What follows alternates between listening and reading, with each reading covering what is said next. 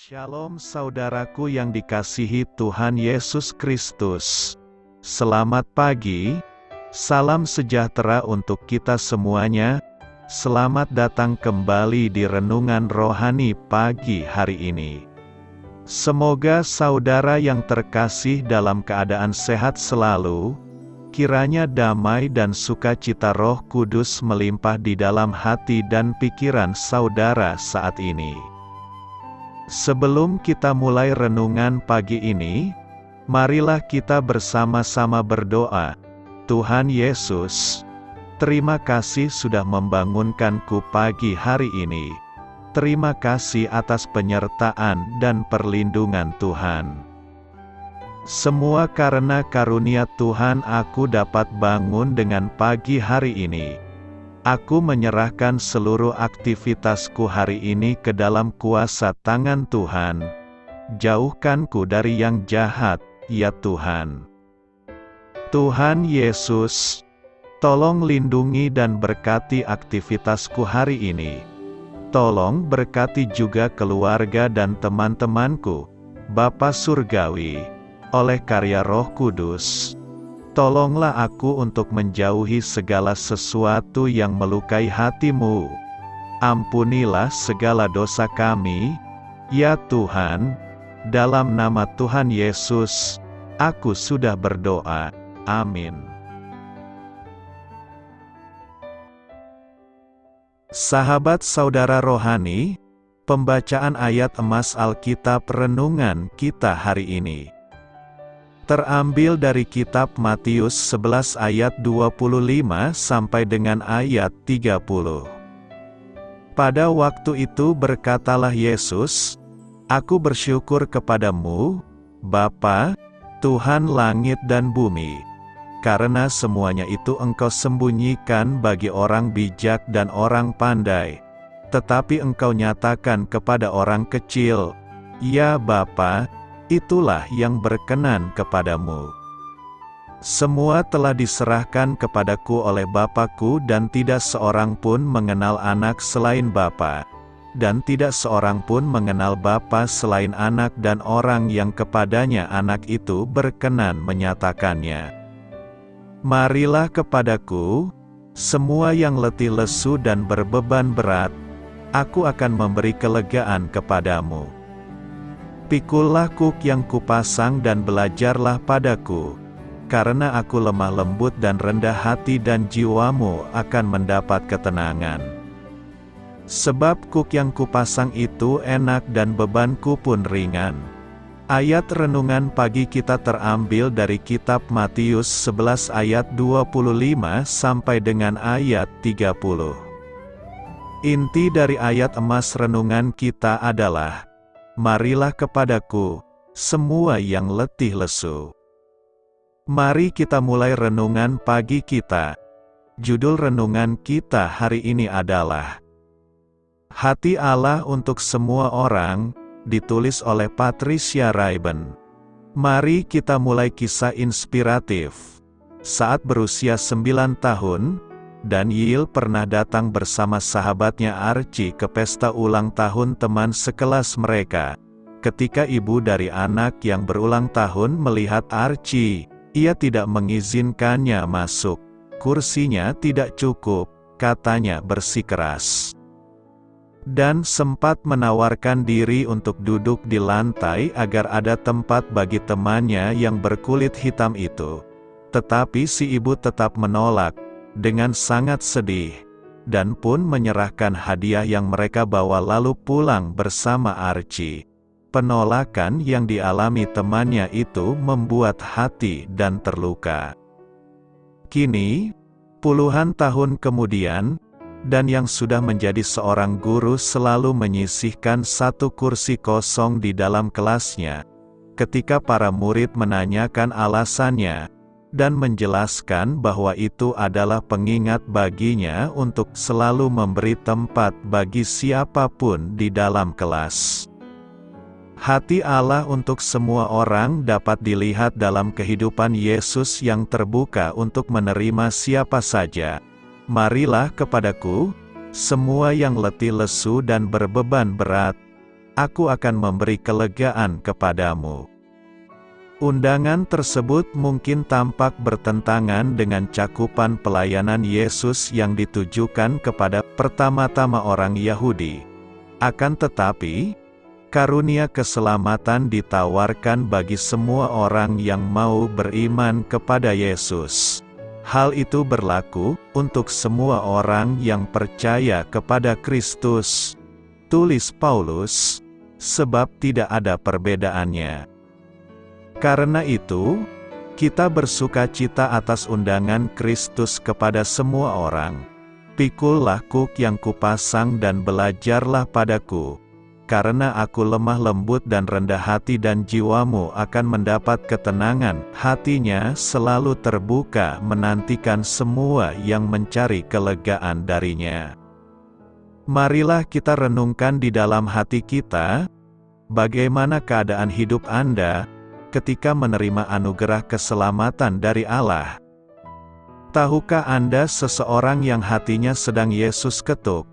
Hal ini patut kamu ketahui. Kuk adalah rangka kayu yang diletakkan pada bahu seseorang untuk meringankan beban atau benda yang dipikul di satu sisi, dengan cara menyebarkan berat beban tersebut dalam proporsi yang seimbang di sisi tubuh yang lainnya.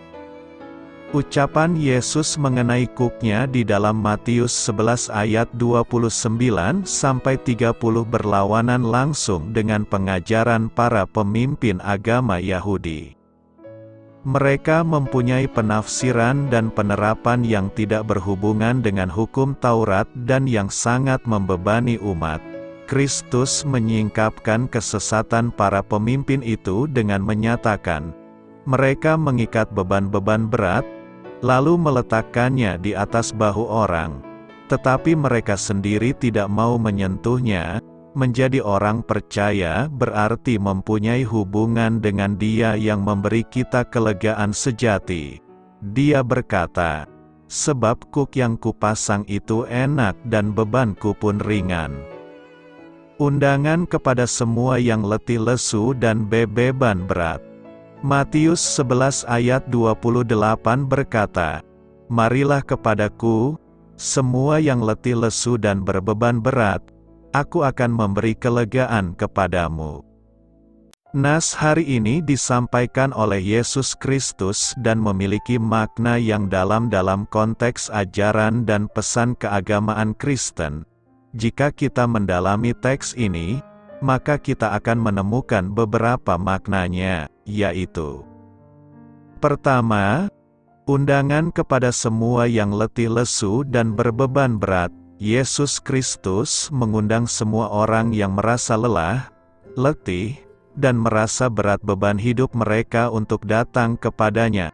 Ini tidak hanya merujuk pada kelelahan fisik, tetapi juga kelelahan mental, emosional, dan rohani yang dapat kita alami dalam hidup ini. Kedua, penawaran kelegaan. Yesus menawarkan kelegaan kepada mereka yang datang kepadanya. Ini menggambarkan rasa nyaman, kedamaian, dan bantuan yang akan diberikan kepada mereka yang mempercayainya. Yesus adalah sumber kekuatan dan penghiburan yang dapat membantu mengatasi beban hidup.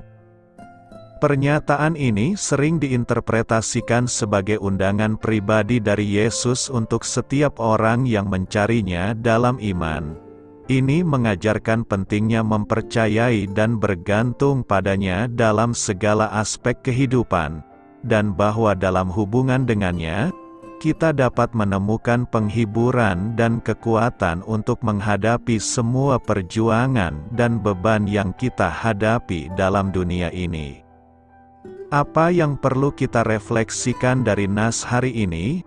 Pernyataan dari Matius 11 ayat 28 berkata, marilah kepadaku, semua yang letih lesu dan berbeban berat, aku akan memberi kelegaan kepadamu, dapat menjadi sumber refleksi yang mendalam bagi individu dalam berbagai aspek kehidupan. Berikut beberapa hal yang dapat direfleksikan dari pernyataan ini.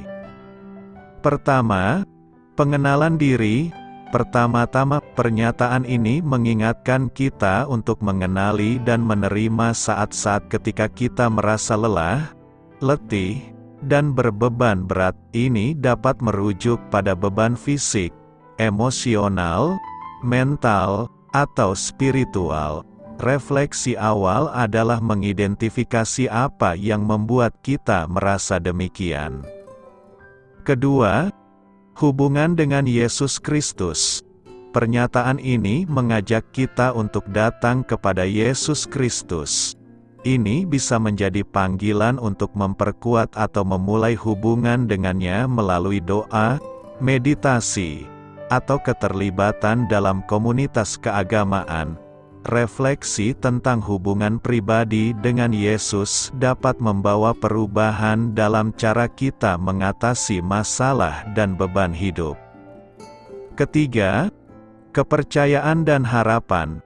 Ketika kita datang kepada Yesus, kita diingatkan untuk memiliki kepercayaan dan harapan bahwa Dia akan memberikan kelegaan. Ini adalah refleksi tentang keyakinan kita dalam kuasa dan kasih Allah. Dalam situasi sulit, kita dapat merenungkan bagaimana kita dapat meningkatkan kepercayaan kita kepadanya.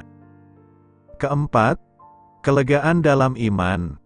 Pernyataan ini menawarkan janji kelegaan, bukan janji penghapusan semua masalah. Oleh karena itu, refleksi ini mengajarkan bahwa iman kita dapat memberikan kedamaian, ketenangan, dan kekuatan dalam menghadapi tantangan hidup. Bagaimana kita dapat menemukan kelegaan dalam iman kita dan menghadapi beban dengan penuh harapan? Pernyataan ini pada dasarnya adalah panggilan untuk mencari dan mengandalkan Allah dalam semua aspek kehidupan kita, terutama dalam waktu-waktu kesulitan. Karena itu, melalui refleksi ini, kita dapat mengembangkan kualitas diri, meningkatkan iman, dan memperkuat hubungan dengan Allah serta orang lain dalam perjalanan spiritual kita. Yesus akan meneguhkan kita. 1 Korintus 1 ayat 8 berkata, Ia juga akan meneguhkan kamu sampai kepada kesudahannya, sehingga kamu tak bercacat pada hari Tuhan kita Yesus Kristus. Meneguhkan berarti menguatkan kita sampai kesudahannya. Pernyataan ini menunjukkan bahwa dalam perjalanan kita di dunia ini akan dipenuhi dengan berbagai tantangan dan rintangan menuju kehidupan yang kekal. Saat kita menjumpai pergumulan yang berat, maka Yesus pun berjanji akan meneguhkan kita menghadapinya. Tuhan yang kita sembah adalah Tuhan yang setia. Ada 3.000 lebih janji Tuhan di dalam Alkitab, tapi waktu kita membaca Alkitab sering kita mengabaikannya. Firman Tuhan adalah benar dan penuh kuasa. Dia berfirman, maka semuanya jadi. Dia memberi perintah, maka semuanya ada. Bagi manusia tidak mungkin, tapi bagi Allah tidak ada yang mustahil. Bagian firman Tuhan di atas sekali lagi menguatkan dan menghibur kita. Ketika Yesus melihat orang banyak ini dalam kehidupan sehari-hari menanggung beban dan tekanan, maka Ia membuka tangannya, berkata kepada mereka, "Marilah kepadaku, semua yang letih lesu dan berbeban berat, aku akan memberi kelegaan kepadamu." Kalimat ini memberikan kita penghiburan dan dorongan besar. Karena perkataan ini kita harus menyerahkan semua kekhawatiran dan beban kepada Tuhan. Mengapa manusia perlu diteguhkan? Karena manusia dipenuhi dengan beban berat. Pertanyaan kita sekarang adalah, apa beban berat manusia itu? Setidaknya ada 2 beban berat manusia, yakni: pertama, beban jiwa atau batin. Akibat dosa, manusia menanggung beban jiwa dan tergugat oleh hati nuraninya. Raja Daud di Perjanjian Lama. Setelah berdosa ia mengungkap penderitaan batinnya dalam Mazmur. Batinnya menderita karena berdosa. Jika ia tidak mengakui dosa, maka ia tidak akan mendapatkan kelegaan. Kedua, beban pikiran atau mental. Dosa bukan hanya menimbulkan penderitaan batin, tapi juga membuat orang menderita tekanan pikiran atau mental. Raja Saul di Perjanjian Lama melihat setelah Daud mengalahkan Goliat dan perempuan Israel itu menyanyi berbalas-balasan. Katanya, Saul mengalahkan beribu-ribu musuh, tetapi Daud berlaksa-laksa. Sejak itu hatinya iri kepada Daud dan berusaha dengan segala cara untuk membunuh Daud. Karena hal itu, ia menanggung beban pikiran dan tidak mendapatkan ketenangan. Hari ini banyak orang menanggung beban pikiran, dan akhirnya karena tidak sanggup menahannya sehingga mengalami gangguan jiwa. Jadi setiap orang memiliki beban berat, karena semua orang telah berbuat dosa. Tapi Tuhan Yesus tahu kebutuhan manusia dan memahami kesusahan manusia. Karena itu Tuhan Yesus menyatakan, "Marilah kepadaku, semua yang letih lesu dan berbeban berat, Aku akan memberi kelegaan kepadamu." Untuk menghadapi beban berat ini, maka Yesus memberikan rahasia untuk memperoleh kekuatan dan keteguhan, yakni: pertama, datanglah kepada Yesus. Tuhan Yesus berkata, "Marilah kepadaku," jadi bukan hanya datang ke gereja, tapi juga harus datang ke hadapan Tuhan Yesus, supaya orang-orang tersesat kembali kepada Tuhan Yesus dan jiwanya mendapatkan kelegaan. Asalkan kita datang ke hadapan Tuhan Yesus, maka kita akan mendapatkan kelegaan. Kedua, perolehlah. Banyak orang datang tapi sangat disayangkan, mereka belum memperoleh. Meskipun ia sudah beberapa tahun mendengarkan khotbah, tapi belum memutuskan untuk percaya Yesus. Kebinasaan orang seperti ini lebih menyedihkan daripada orang yang belum pernah datang. Karena ia sudah datang tapi tidak memperoleh. Orangnya di gereja tapi hatinya tidak, ia tidak mempersiapkan hati datang beribadah kepada Tuhan. Ketiga, nikmatilah. Pikulah kuk yang kupasang dan belajarlah padaku, karena aku lemah lembut dan rendah hati dan jiwamu akan mendapat ketenangan. Tuhan Yesus memberikan kita sesuatu yang tidak bisa dibeli dengan uang, yaitu ketenangan jiwa. Ada banyak orang kaya bisa menikmati semua materi, tapi hatinya tidak pernah merasa puas. Ini adalah hal yang paling menderita. Amsal 17 ayat 22, hati yang gembira adalah obat yang manjur, tetapi semangat yang patah mengeringkan tulang. Saat ini kita hidup di dalam dunia yang penuh kesulitan dan penderitaan. Maka pasti menghadapi beban keluarga, pekerjaan dan berbagai beban lainnya. Kiranya kita mau menyerahkan semua beban berat kita kepada Tuhan Yesus. Di dalam Yesus, kita akan mendapat ketenangan sejati. Ini adalah satu resep obat yang paling manjur dari Tuhan Yesus kepada semua orang yang percaya kepadanya, yang dapat menyembuhkan tubuh, pikiran dan jiwa kita. Kiranya di dalam Yesus Kristus kita mendapatkan hidup yang tenang. Karena itu, teruslah percaya kepada Yesus sebab Ia akan senantiasa meneguhkan kita. Apa agama yang tepat bagi saya?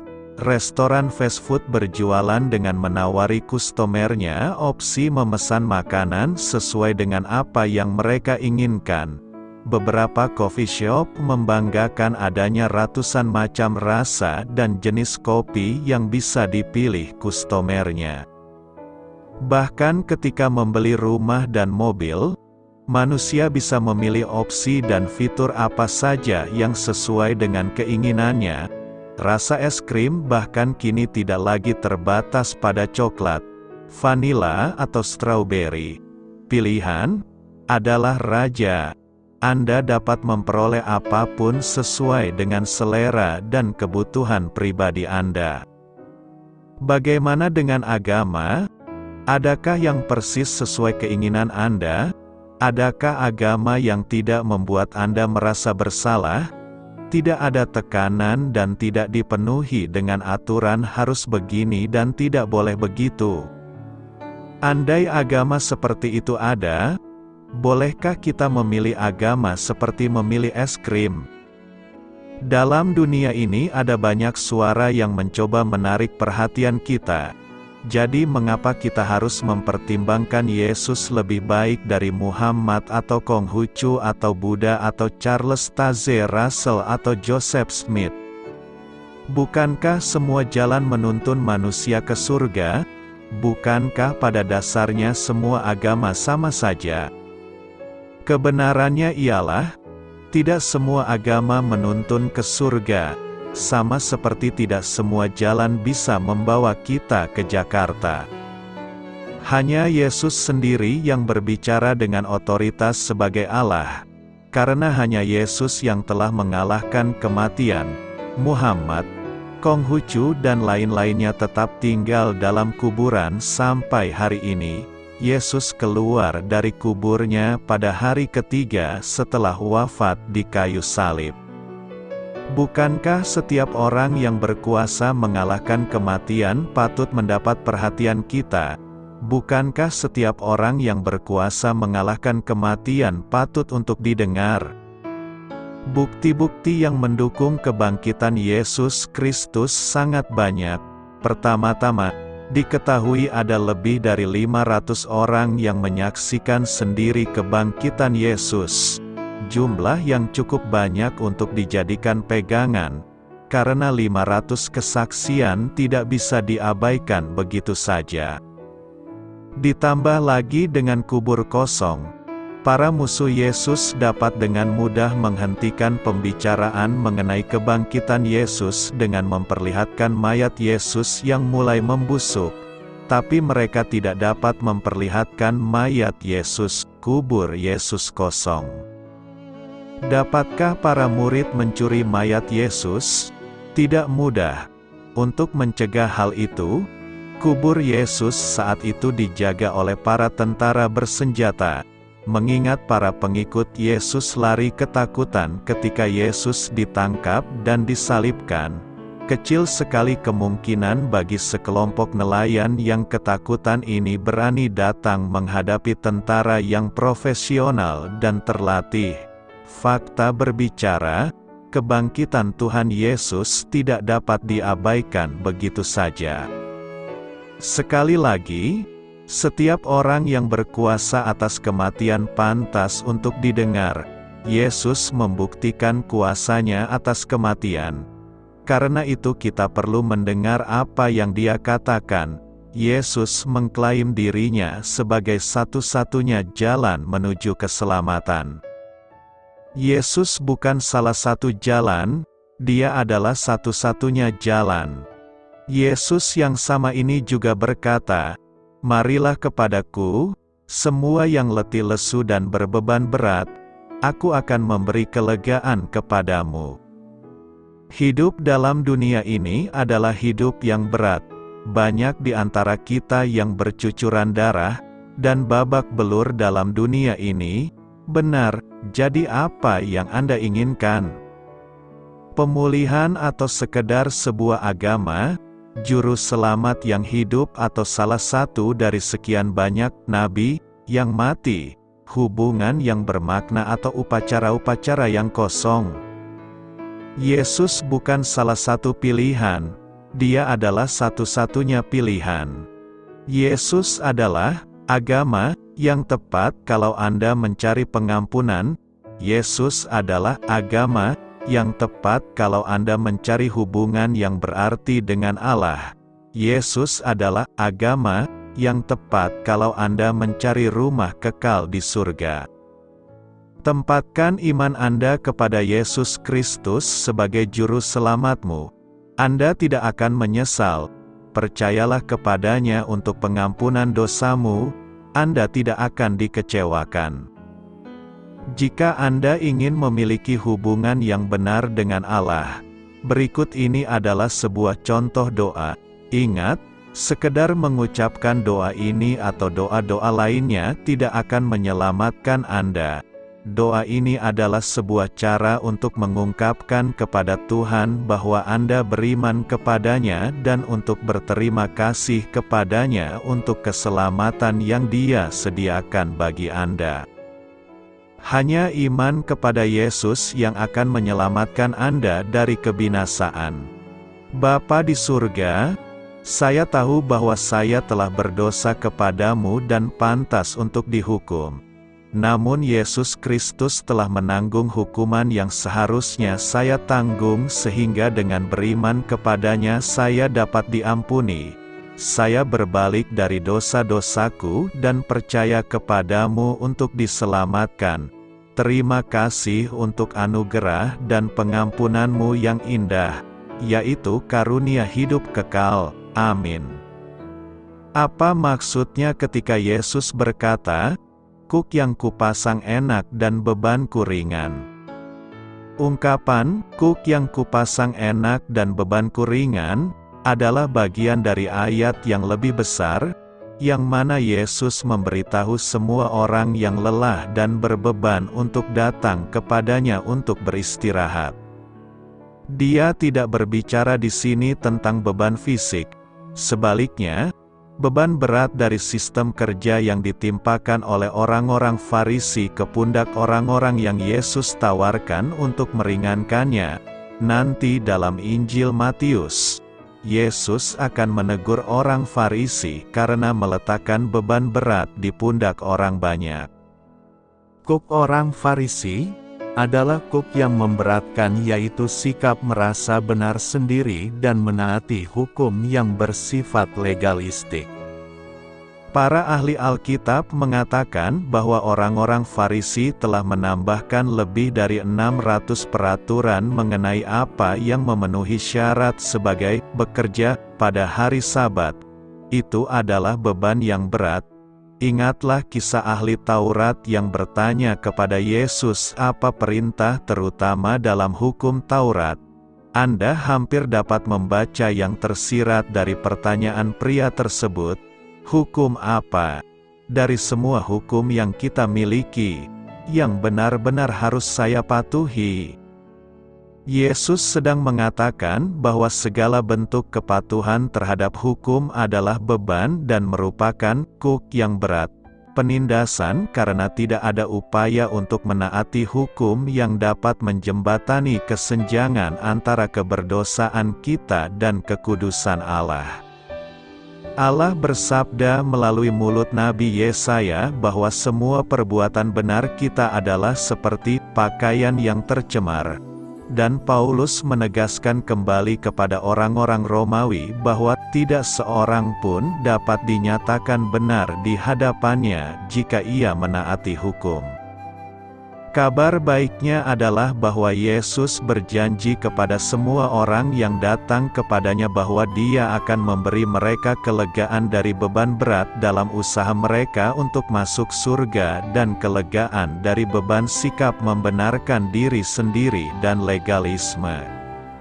Yesus mendorong mereka yang berbeban berat untuk memikul kuknya.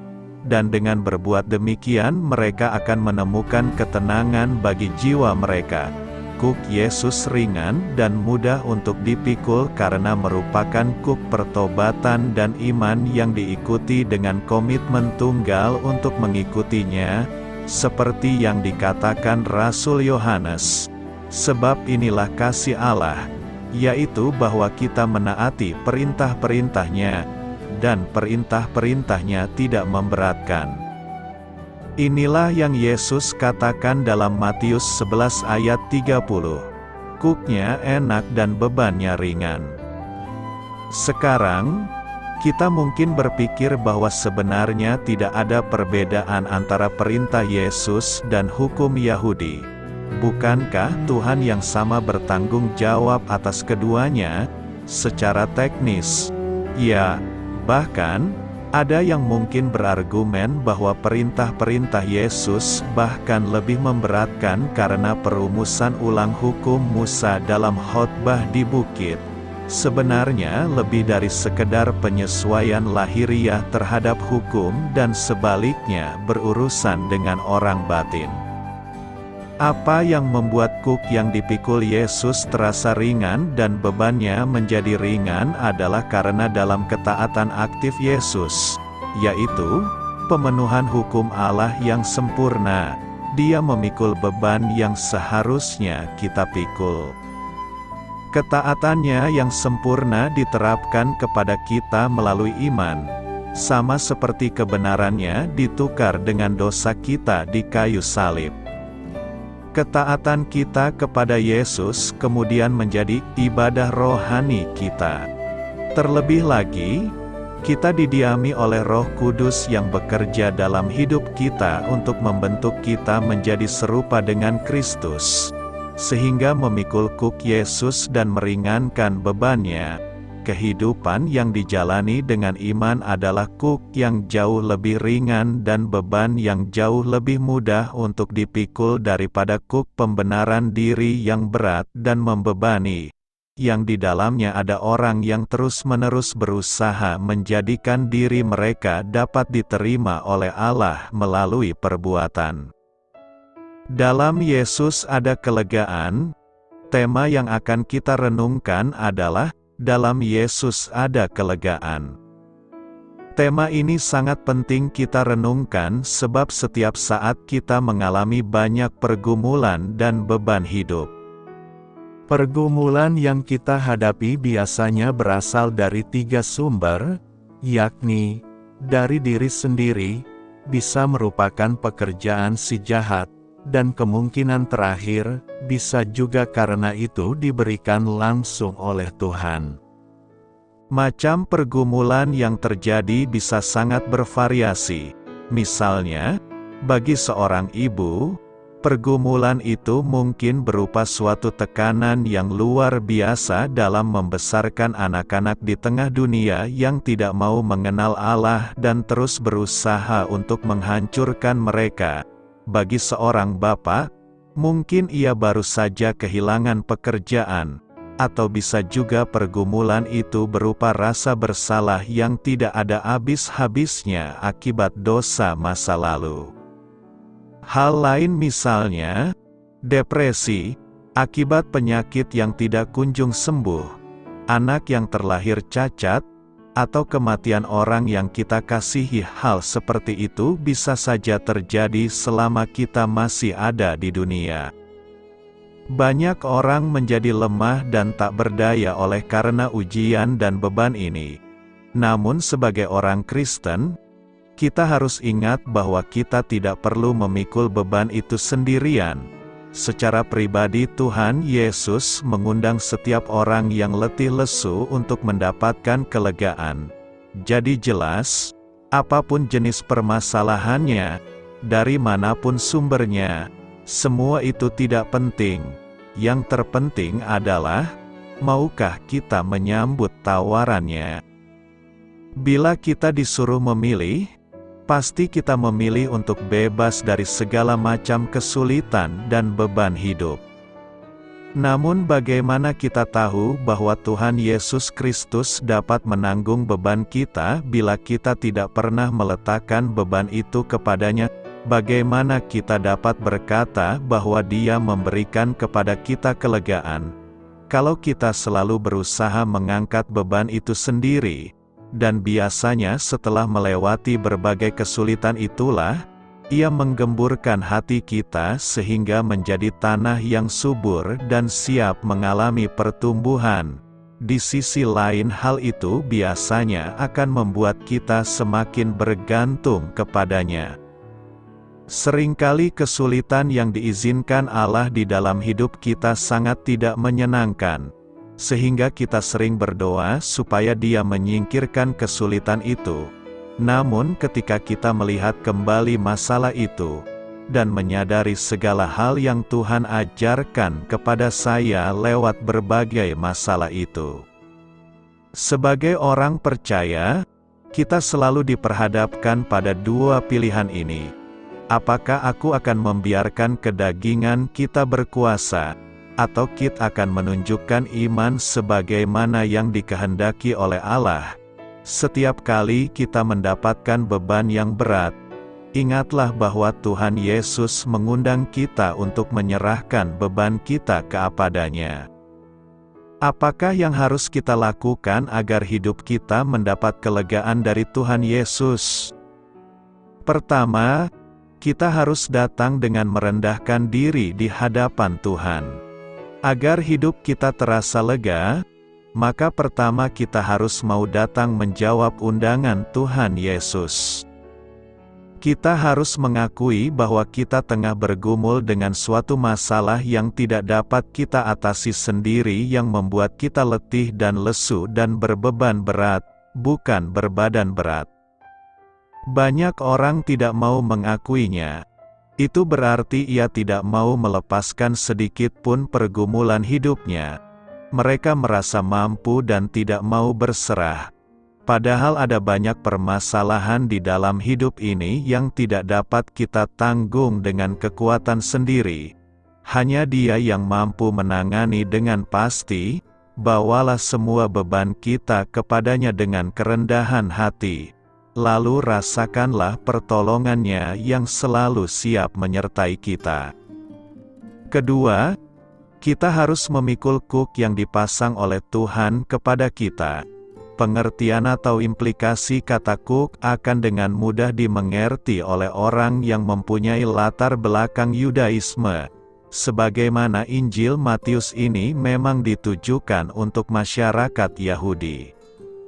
Dalam upacara bar mitzvah, seorang anak Yahudi yang berumur 12 atau 13 tahun wajib menjalani upacara untuk menjadi anak hukum. Dalam upacara ini, secara simbolis anak itu melakukan aliyah dan bemah, menghadap mimbar untuk menerima kuk hukum Taurat. Jadi inilah gambaran secara tradisional dari hukum yang dilukiskan sebagai pikulan kuk. Yesus memberikan gambaran upacara itu kepada murid-muridnya, dan menyatakan bahwa kuk yang dipasangnya itu ringan, tidak seperti hukum Taurat yang telah mereka kenal, bahwa Yesus telah mereformulasi hukum Taurat yang rumit itu. Menurut Rabi Yahudi, bahwa ternyata hukum Taurat itu ternyata berat dan membebani, karena sifatnya itu lahiriah atau kasat mata. Tuhan Yesus menyatakan bahwa ahli Taurat dan orang Farisi telah meletakkan beban berat, mempersulit dan menambah hukum-hukum Musa, yang bukan berasal dari Tuhan tetapi dari tradisi rabinik. Tetapi kuk atau halakha, petunjuk moral, yang diberikan Kristus ini enak, karena sifatnya berbeda dengan hukum Taurat yang menekankan hal-hal lahiriah yang telah dipahami oleh orang Israel secara turun-temurun sebagai tuntutan tradisi yang mengikat. Sedangkan, hukum Kristus yang lazim disebut hukum kasih itu merupakan rangkuman dari seluruh hukum Taurat, di mana hukum kasih yang diperkenalkan oleh Tuhan Yesus itu tidak bertentangan dengan hukum Taurat. Yesus menyatakan sifatnya yang lemah lembut dan rendah hati. Ketiga, kita harus belajarlah dari Yesus, agar hidup kita terasa lega. Maka setiap hari kita harus belajar kepada Yesus. Bagaimana caranya? Kita harus mau setiap hari merenungkan dan menyelidiki kebenaran firman Tuhan. Ketika kita membaca firman Tuhan baik pagi, siang maupun malam, maka Tuhan akan menuntun dan membimbing langkah kita untuk menghadapi dan memenangkan setiap beban dan pergumulan hidup kita. Belajar berarti kita mau dibekali dengan kekuatan firman Tuhan untuk menghadapi ujian hidup agar kita lulus dan menang. Keempat, kita harus percaya bahwa beban kita enak dan ringan. Allah tidak berkata bahwa Dia akan menghapuskan segala beban kita. Namun di ayat 29, Dia berjanji untuk memberikan kelegaan bagi jiwa kita. Dan kuk yang diberikan Tuhan Yesus itu adalah enak dan ringan. Mengapa enak dan ringan? Karena Yesus telah memberikan kita kelegaan dan kekuatan untuk memundak semua kuk yang diberikannya kepada kita sehingga walau pergumulan kita berat, tetapi karena ada Kristus di tengah pergumulan berat itu, maka berat berubah menjadi berkat. Karena itu, segeralah datang kepada Tuhan jika hidup kita terasa berbeban berat, maka Ia akan memberikan kelegaan kepada kita. Doa saya menyertai saudara sekalian. Marilah kita menyampaikan doa syafaat. Tuhan Yesus, Engkau menerimaku. Saat yang lain tidak, terima kasih untuk keselamatan dan kasih yang Engkau karuniakan kepadaku. Amin. Sampaikan harapan dan permintaan saudara kepada Tuhan.